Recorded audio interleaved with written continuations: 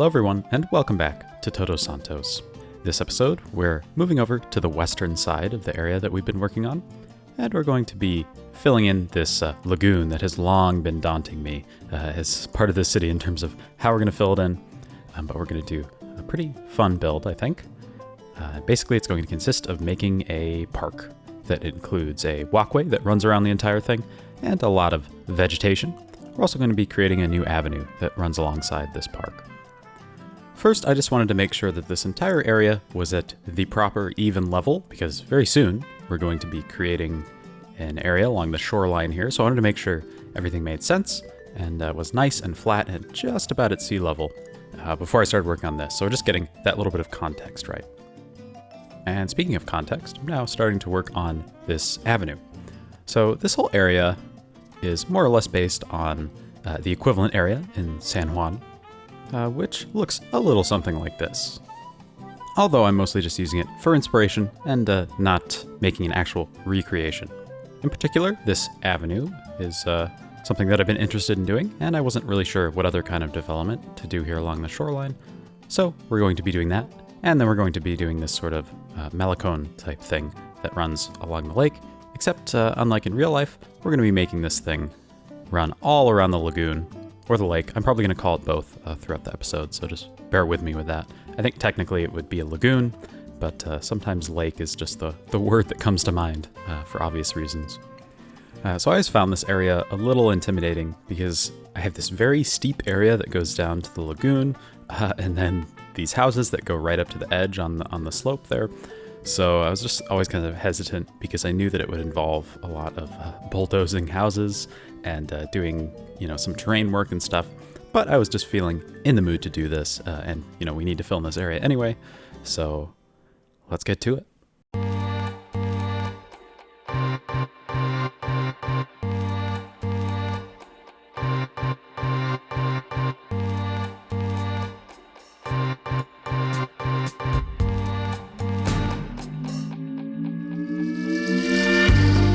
One thing I noticed about the road networks of San Juan is that some of the roads that look a little bit like freeways at first glance, on Google Maps at least, are really just big arterial roads that sometimes have interchanges that kind of look like freeway interchanges.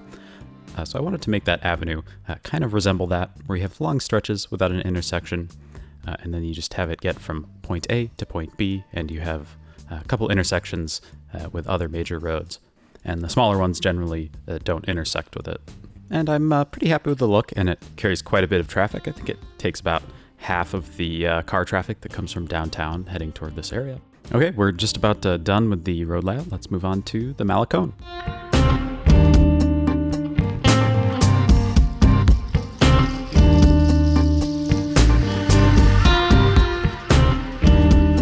This build is going to be a little reminiscent of episode 27, I want to say, of Todos Santos, where I made a similar walkway along the shoreline north of downtown on the river. But there are a few differences, and I wanted to make it look maybe a little bit more well-maintained, a little bit less wild, but we're generally going to be getting the same look with a walkway right about at sea level that follows the path of the road and is surrounded by lots of mangroves and other things. I really like this spot where it crosses the lagoon here. I'm going to be filling this in now. I figured this would be like a spot where they have buried the river. I'm not sure if that's going to pop up again somewhere else in the city. That could be kind of cool, where it returns to a natural river channel instead of being buried in tunnels. But I just thought I'd do this little faux entrance here to the waterway. Just a very simple build with a couple retaining walls, and I'm using these, I think, tram track tunnels from the set of light rail tram tracks that I have. I just thought those looked nice and practical, and I didn't really have any other asset like it, so yeah, I used that.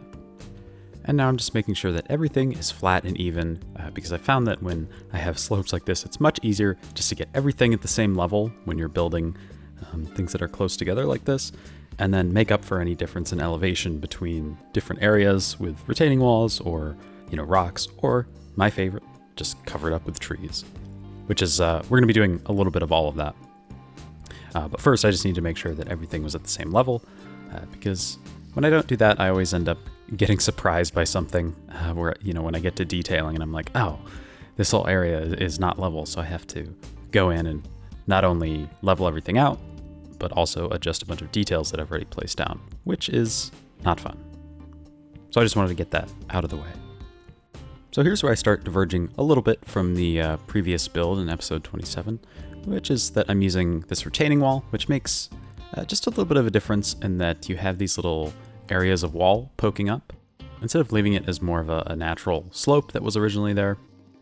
Although anyway, we're going to be covering up a lot of this area with trees, but I just wanted to make sure that there were several layers, separating what we see from what's naturally there in the game, because so often the natural environment or the natural landscape in the game just doesn't quite have the level of detail and the level of realism that I would like to have. So I just want to make sure that there's a nice canvas to work on for all these details we're going to put down. And again, just need to level it all out. It's kind of annoying whenever you have long stretches of network like this and you need to do several layers, like if you're putting a fence up against a road, or in this case, a retaining wall up against the pathway, which is also up against a road in some cases. It's always a little annoying because all the nodes and segments pile up on one another, and so you have to, be really careful with move it. I generally like to use the marquee selection tool. It just makes it easier to select individual nodes than when you're just using the normal pointer tool or whatever it's called. I think it would be awesome. Maybe there already is a mod for this, actually. I don't know, but I don't think there is. But I would like one where it allows you just to use the game's vanilla upgrade tool to upgrade between different types of networks. So, for example, you could just lay out the walkway like I did and copy and paste it, and then upgrade all of those segments into retaining walls. That's not a function that's in the game at the moment. I think that would be very cool and handy when you're doing things with lots of networks that line up like this. And now the next layer is going to be trees. Surprise, surprise. But I run into this problem where the trees on the shoreline turn dead, which is just a vanilla function where trees die if they get submerged in water, which kind of makes sense, I guess. Although not when you're using mangroves, of course. But at first I just can't figure out how to fix that. More on that later. Also, I'm trying to make this functional with park life by having an entrance and putting a couple park life buildings on it. And I don't have a name for it, so if you would like to name this lagoon, or this park on the lagoon, I suppose the name of the lagoon would also go along with that, let me know in the comments, and I will consider your suggestions. I'm just going for a very thin strip of trees along the water here, like they've cut down most of it and then just left this just enough to have it look nice and natural, and to make it very pleasant, hopefully at least, to walk along this area. Obviously, when you use Move It to copy and paste a bunch of trees in a line like that, it can look a little regular, so I'm just going back and trying to make it look a little irregular, with some little areas where there are more trees that jut out farther, and some where there are holes in the tree line, so that when you're walking along there, you can occasionally stop and look out over the lagoon, which I think would be a very nice view. I don't know if it's possible with mods, but I wonder if there's a way to remove sidewalks, or at least it doesn't have to be even visually, just remove the ability for Sims to walk on the side of a certain road, because although removing it visually would be nice as well, or even just to have an asset that fits those criteria, because sometimes you have the walkway there on one side of the road, so it seems kind of redundant to have a sidewalk there as well. Even though the Sims do often prefer walkways to sidewalks, it's just a little jarring to, have the sidewalk right next to the walkway. And, they're not always going to elect to use the pedestrian path instead of the sidewalk. So it's just, I'd like to just be able to control that a little bit more. Because as it is, it's just a bit of a nuisance, especially visually. Okay, now we're hopping back down along the path and just going to detail this little boat dock, I guess. And I had just had this here originally to generate some ferry traffic around the general vicinity of Todos Santos. I have ferries that look like sailboats and various other recreational watercraft. There's one right now. And instead of deleting that and moving it somewhere else, I just wanted to integrate it here and pretend that that's just a public dock where you could, bring a kayak or something and set out onto the water. So it seems like with the Park Life DLC, it seems like Sims really won't go to a park if there aren't any buildings there for some reason. So I usually have been trying to add something just simple like this gazebo here or those restrooms just to generate a little bit of traffic. I'm not sure really what my goal is there, but I just, it seems like if I'm going to be using the DLC, I might as well make it functional in addition to aesthetically pleasing. Okay, I'm interrupting here because I figured out how to fix this, which is really nice. It's in the Hide It mod. It's not immediately obvious when you scroll through all the settings, but you come down here to Effects, Shore Area, take that. Beautiful. Perfect. Okay, sorry for that interruption, jumping back in time for a moment there. But yeah, I figured out how to fix that with the Hide It mod. As usual, that mod enables you to cure whatever ails you with the game. Okay, now I admit to myself that I have to do this whole slope thing. Because the slope, there's just such a steep hill here down to the lake, it's ridiculous. So we have to end up doing like several layers of retaining walls and doing all kinds of weird, funky stuff. Which, it's kind of annoying. It's not ideal. I'd like to have more sensible slopes to build on. But, it's a challenge just like anything else in the game, so. I wanted to switch it up and just use a few different techniques to kind of bridge the gap of this slope here. So we have the more weathered retaining wall that I put down. Since that's right next to the water, I figured it would, be a little bit more practical and it would be a little bit more worn down.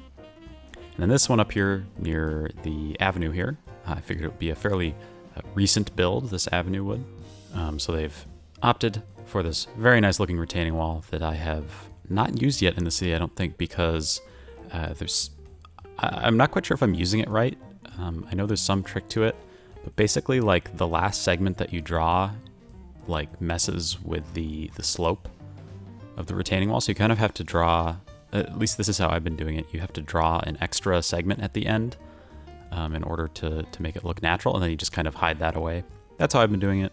I'm sure there's probably a more sensible way to do that, but it works, so I'm happy enough with that. And it just looks fantastic. This is, it's a asset by Ronick, so of course it looks good. But I'm very happy with the look there. But then I'm still left with this just ridiculously steep slope here. So I just figured that this is basically, something that steep is probably going to be a cliff. So I just covered up with a bunch of rock assets. I have these kind of flat cliff pieces that aren't the highest resolution, but they're a very nice base that you can then put in trees on top of, or nicer looking rock assets. So I'm really just going for a mixture here, just so it doesn't look too repetitive. And a lot of that is forest, which I'm copying and pasting trees with Move It. Kind of annoying. As of the time of this commentary, but not of this build, I have installed the Forest Brush mod, which basically allows you to paint down big swaths of random trees, or not necessarily random. You can have it select from a certain pool of trees if you want, or you can do it randomly, I think. But anyway, I've since installed that mod, and it is an absolute lifesaver in terms of this kind of build. But this is, I think, by far one of the most forested areas in the city, other than the hills we made in episode 21. So it's not perfect. I might have to come back and redevelop this area, I think, just to better fit the context, because, well, spoiler alert, next episode we're going to be putting down a lot of high-rises in this area to the west side of the lake here. Or sorry, to the east side of the lake. And it looks a little strange to have those high-rises, and then you have downtown on the other side, and then you just have this kind of very natural-looking area with low-density housing in the middle. So I'm not really sure if I'm going to keep this. Not sure if this is the final form of this neighborhood. But as for how it functions to bridge the gap between these two elevations here, I'm fairly happy with it.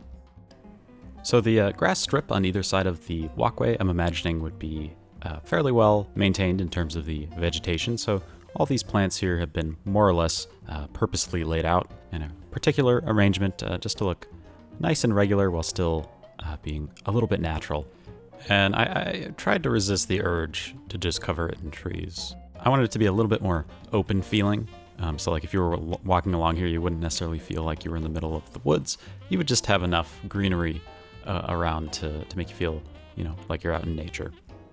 It's just really hard to replicate the look of this kind of thing that you see in San Juan, because there's just such a variety of trees on, like, when you have a grass median in a road with trees in it, there's just such a variety, and the arrangement is like, I don't know if it's purposeful or if it's just kind of how it's sprung up and developed, but I just found that kind of challenging, so I just sort of tried to do my own thing and develop some foliage that looks nice. And then I just have these little tile decals here just to indicate a little more clearly where you can cross from the sidewalk that I don't even want to be there over to the pathway. And I figured there would be, some jaywalkers here who would want to get from one side of the road to the other. So I just have these little dry grass patches where people have crossed here.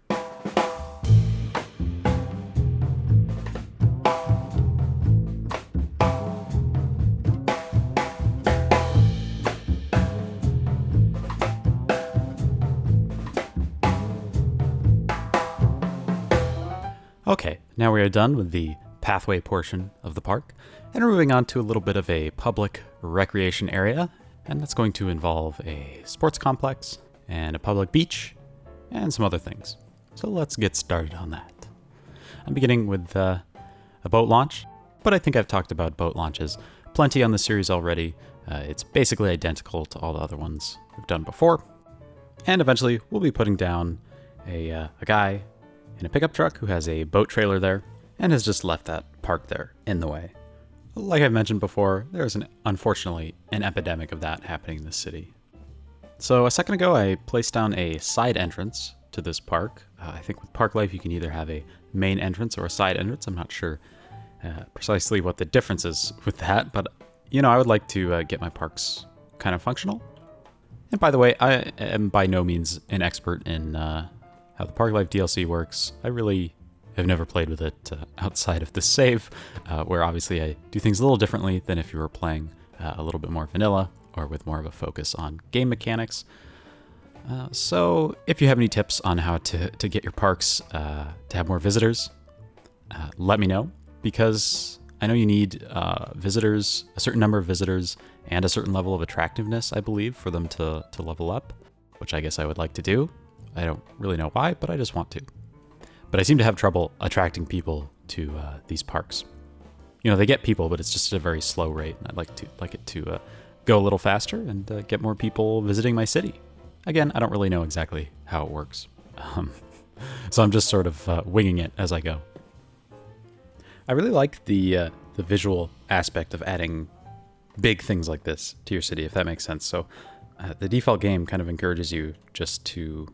And by default, I mean vanilla, like without any of the DLCs, just the base game, I guess you could say. But it seems to really encourage you to just have roads and buildings everywhere. And, that can work for certain portions of a city, I think. But for the most part, if you look down at a city, you're going to see areas like this, where there's not like a bunch of high-rise development or even low-rise development.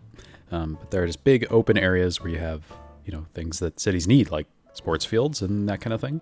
But I feel like you really have to use mods to get that, although they have been doing quite well, I think, with a lot of the DLCs. I mean, I'm somewhat critical of the DLCs as a whole, just as a way to develop the game. But I think they have been doing a good job of including a lot more big buildings, especially in, for example, industries, where you have those kind of giant factories that can really help you get that look. And that's just something I always like to get when you can pull back and see these big open areas that just break up the constant development of your city. And that's something that's definitely encouraged by being inspired by a real city. Because when it's just your imagination, if you're not already an expert in cities, which I am not at all, it's just kind of hard to figure out the exact logic that goes into why certain buildings are in certain places. Or not even just buildings, but just any kind of development. So it's just always nice to have a real city to fall back on. Although I don't think it would be fun to do like a recreation of a city. I know some people really like that, and there are some people doing some very cool projects with that. But I think just using a city as a reference, or it doesn't have to be one city. Like I'm using San Juan mostly, but in the past I've used just various cities from across the world for inspiration. And when you look at how real people have laid out their real cities, it can kind of give you an idea for how to get those less straightforward parts of the city developed. Now, obviously, there are lots of bad planning decisions made in real life, so it might not serve you well if you're trying to develop the just city, but that's not what I'm trying to do necessarily. I think, if I could sum up my desire with developing the city, it would just be things that I find aesthetically interesting and try to do it with at least a semblance of realism. Or maybe believability would be a better word. Okay, I'm going to stop that tangent now and return to the build. So I wanted to make this area have a little bit of something for everyone. So there's the big sports complex, of course. There's a parking lot so you can access all the stuff here. And now we're getting started on a little bit of a walkway and a public beach that's going to be here. And yeah, I was confused as to why those things wouldn't raise up when I tried to raise them up. Somehow I had turned off prop snapping, but luckily I figured it out fairly quickly. It probably would have been pretty funny if you could have seen me there like furiously tapping page up, which is the key that I have set to raise things. I think is the default key for move it. I'm just like, why won't this work? It's kind of funny how just like angry we can get when something that works most of the time stops working suddenly. Of course, it's usually our fault when that happens, but whatever, that's beside the point. Okay, now I'm getting started on this cool little detail here, or at least I think it's cool. It's a little bit of a, I don't know if there's a technical bridge term for this kind of thing, but it's basically a little bit of a promontory that sticks out here to support the bridge, and it's just covered in these amazing breakwater rock assets, which I just think give a nice consistent look, because sometimes you'll get areas like this that are covered in stone, and you get this fairly consistent look that you don't get with natural rocky areas. So it's just a nice way to get that to stand out a little bit. Okay, now we're moving on to this nice little public beach. Just needed to smooth out the area a little. This is a problem I have run into before and mentioned before, where the beaches just look a little bit too hill-like, and that's not really the sort of look that I would expect from this kind of area. I want nice, flat, relaxing beaches where you don't feel like you're in peril every time you take a step on them. And I get distracted for a second and feel the need to put a little walkway there down from the road to the park, just so I'd like to make it as accessible as possible. Of course, we'll be adding transit here in a later episode. And I'm really just trying to break up the landscape here. I want it to look a little bit funky, a mixture of developed and undeveloped. And so you could just kind of see like how you can imagine what the shape of the land here was like originally, and they've just kind of extended it a little bit and flattened it out, obviously, with the retaining wall there and the bigger boat launch that we have. And I just really like that contrast. Otherwise, just putting down the basic beach details that you'd expect. Some seaweed, some sea foam, all that fun stuff. And just a few fences here to make sure that the soccer balls don't get kicked into the lagoon. Okay, now I'm zooming over here and copying and pasting these beach assets. Just some umbrellas and blankets, or towels, I guess, chairs, pretty much what you'd expect. And I just wanted to make it look fairly busy because it's a small beach, but it's in a pretty central, popular place, so I imagine there would be lots of people here. And this whole beach decoration is not very much compared to what we're going to be doing next episode, which is going to involve lots and lots of beach detailing.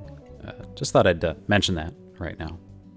And then just adding last little bit of greenery. I figured they'd want to provide people with areas with shade, and just, they didn't want to cut down all the trees, so they left some there for everyone's viewing pleasure as well. And I mentioned before that I've been trying to put down some actual park life buildings, so I just have those restrooms there. I figured it would make sense that they'd have facilities here. They might have public showers or changing rooms or whatever. And then I'm just using these concrete brushes to go through and pave over where I think it would be paved. And I think that just helps to blend everything together just a little bit more.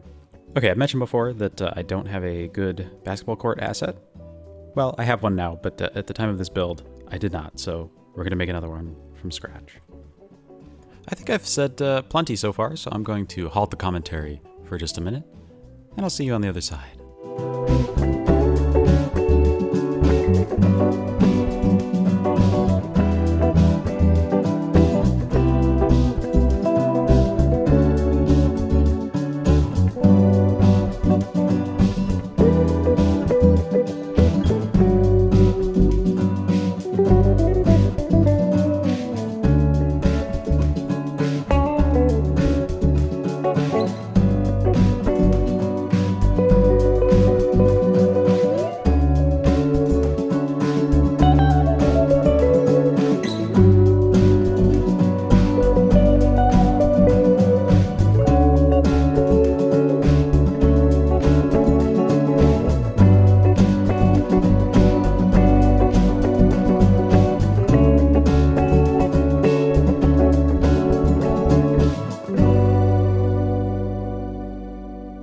Okay, now that I have covered this place in trees, as is tradition, just a few more details to really pull this place together. So I have these little paths here. I figured they would be, some of them would be desire paths, so paths that people have taken off the main paved areas just to more quickly get where they want to go.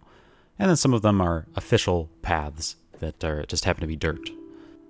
So I just wanted to have that variety of ways that people get around.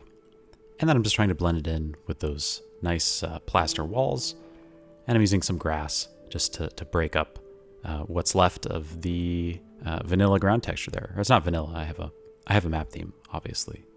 But I just wanted to cover that up and hopefully make it look a little bit more like a cohesive area. But now that I've hopefully accomplished that, time to do some lighting.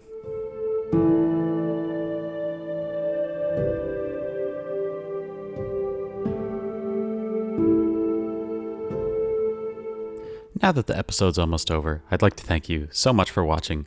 I really do appreciate your time. And I hope to see you on the next episode of Todos Santos, which, by the way, is going to be about an hour and a half long. So yeah, that's pretty exciting. And we're going to make a lot of progress. So I'm just going to leave you with a little bit of hopefully relaxing music. At least I find it relaxing. And then, of course, we'll have the cinematics. Bye.